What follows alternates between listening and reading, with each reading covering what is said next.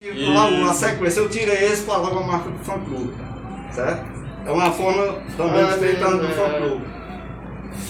E agradecer ao professor Nonato, coordenador desse mais atual livro sobre o Raul, né? Desse show, a banda que acompanhou foi a Bolha? A Bolha.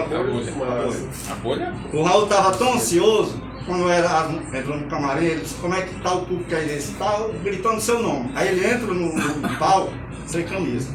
Esqueceu de vestir a camisa. Com certeza. São nomes negativos.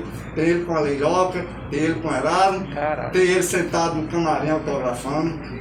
Aí eu registrei esses nomes negativos. É porque, Ou seja, os nomes negativos, só quem tem o direito autoral é o fã clube Raulzito, fã clube no nome de Jorge Lima, de Fortaleza, Ceará.